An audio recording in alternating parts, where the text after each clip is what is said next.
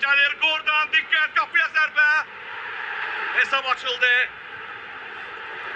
Bir dalga ilə gəlirlər. Trippier uzaq güncü öldürmə, qapıya zərbə və 2-0. Penaltı verdi. Gözləyir. Zərbəsini indirir. 32-ci dəqiqə.